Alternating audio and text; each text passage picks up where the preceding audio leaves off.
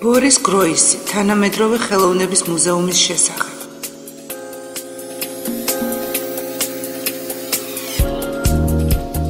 ბოლო ხანებში კულტურულმა განვითარებამ რამდენადმე უჩვეულო ხასიათი მიიღო.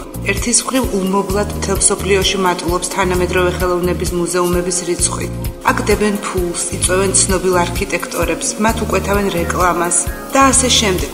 მეორეს მხრივ არასდროს მანამდე ეს მხატვრული ინსტიტუცია, მისი ყველა ასპექტი, უპირველესად კი მისი დანიშნულება, მოახდინოს თანამედროვე ხელოვნების მუზეუმიფიცირება, ასეთი სერიოზული ეჭვის ქვეშ არ დამდგარა. ამასთან ერთად, არგუმენტები, როგორც ავანგარდისტული, ასევე ანტიავანგარდისტული აზრის, მუზეუმის ინსტიტუციების აქტუალურ კრიტიკაში იმდენად რთულად დანაწევრებადი ხასიათით იხლართება, რომ თითქმის შეუძლებლად წარმოგვიდგება მასთან რაიმე შეკამათება. მიუხედავად ამისა, შევეცდები მსგავსი შეკამათებით გამოსვლას. ავანგარდისტული არგუმენტაცია თანამედროვე ხელოვნების მუზეუმის წინააღმდეგ კარგადაა ცნობილი. მუზეუმები ესაა ცოცხალი ხელოვნების საფლავები.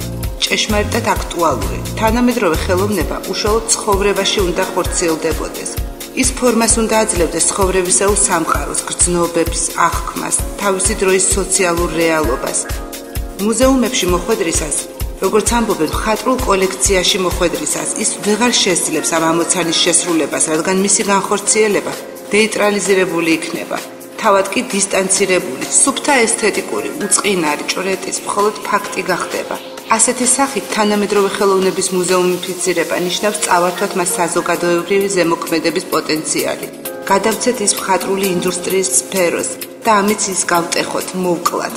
შესაბამისად, თანამედროვე ხელოვნების ჭეშმარიტ მომხრეს, შეშვენის ხელი შეუშალოს მის მოხვედრას მუზეუმში. მისი მთელი ძალის ხმევა უნდა მოხმარდეს იმას, რომ რაც შეიძლება გაახანგრძლივოს თანამედროვე ხელოვნების სიცოცხლე მუზეუმის გარეთ. თუ კი თანამედროვე ხელოვნება მიჩქარა მუზეუმში მოხვედრა, ის დაიკარგება. არსებითად, აქამდე მოდის ავანგარდისტული არგუმენტაცია თანამედროვე ხელოვნების მუზეუმის წინააღმდეგ. ანტიავანგარდისტული არგუმენტიც კი დღეს მართლაც უფრო გავრცელებული, დაახლოებით შემდეგზე დაიყვანება. თანამედროვე მუზეუმი ეს არის ადგილი, სადაც ხელოვნების ისტორიის პრეზენტაცია ხდება. ანუ ის, რაც განსაზღვრულ ისტორიულ პერიოდში განასახიერებდა ახალს, ორიგინალურსა და ამიტომ სახასიათოს. თუმცა ხელოვნების ისტორია დასრულდა ახლანდელ დროში. არაფერი ახალი აღარ იქნება, რადგან მხატვრული ფორმატში შემოქმედების შესაძლებლობების რეპერტუარი ამოწურულია. ჩვენი დრო პოსტავანგარდისტული, პოსტისტორიული დროა, რომელმაც დახარჯა ყველა ნაცნობი მხატვრული მეთოდი. რაიმე ორიგინალური წარმოება აღარ შეუძლია. ასეთი სახით დღეს ხელოვნებას ისტორიული სტილის შექმნის ძალა არ შესწევს, რომელიც შესძლებდა მუზეუმის ექსპოზიციაში წარმოდგენილი ხელოვნების ისტორიაში ადგილის დაკავებას.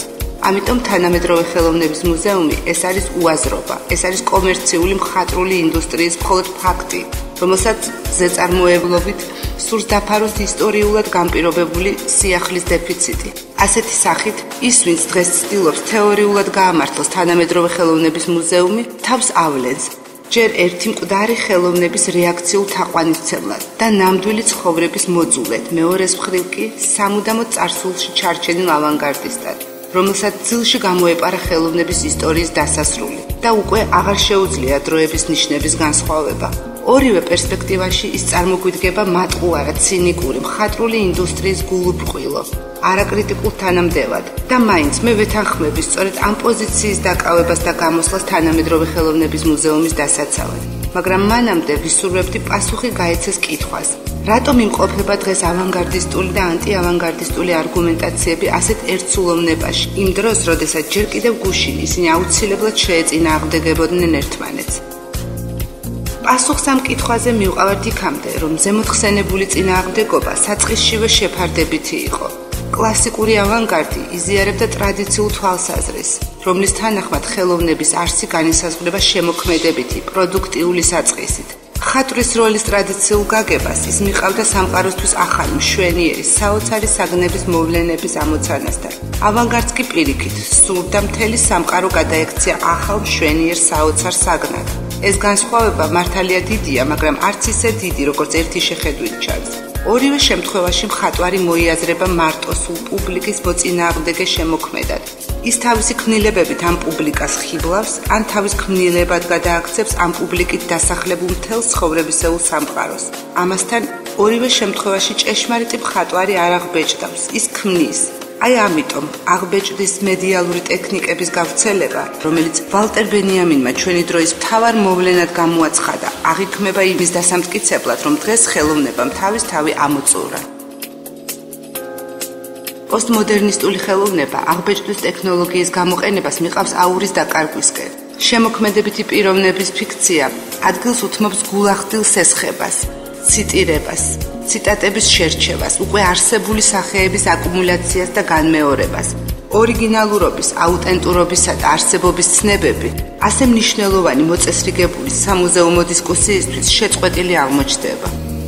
დღეს უკვე არავის არ შეუძლია მზადყოფნით ამტკიცოს, რომ ადამიანი კრეატიულია. ამ სიტყვის ტრადიციული აზრით, ანუ რომ სწორედ ის ბადებს თავის ნაწარმოებებს, რომ სწორედ ის ბადებს ახალ შინაარსებსა და ფორმებს, რომელთა არსებობაზეც ის ატარებს განსაკუთრებულ პასუხისმგებლობას. უფრო მეტიც, უკვე თითქმის ბუნებრივი გახდა ჩაითვალოს, რომ მხატვარი უბრალოდ იყენებს მზა ფორმების ნაკრებს, ფორმების, რომლებიც მოკლებულია რაიმე ინდივიდუალურ წარმოშობას. ანონიმურად ცირკულირებენ და თავისუფლად ლივლივებენ საკომუნიკაციო ქსელებში. ამჟამად მხატვარი ამიტომ კარგავს მხოლოდ შემოქმედებისთვის შესაფერის, ნაწარმოებზე ავტორისეული წარწერის უფლებას. მსჯელობა ავტორის სიკვდილზე, ყოველ შემთხვევაში ფუკოთი და როლან ბარტით დაწყებული, უკვე საყოველთაოდ მიღებულია. აქედან მომდინარეობს თანამედროვე ხელოვნების ფენომენიც, რომელიც სულ უფრო საეჭვო ხასიათს იღებს. მით უმეტეს, რომ ავტორის სიკვდილი, როგორც ბარტთან, ასე ფუკოსთან, აღწერს არა მხოლოდ რაღაც კონკრეტულ ისტორიულ მოვლენას, არამედ ბევრად მეტი ხარისხით ხსნის ნებისმიერი ადამიანური პრაქტიკის ამოსავალ რეპროდუქციულ ბუნებას.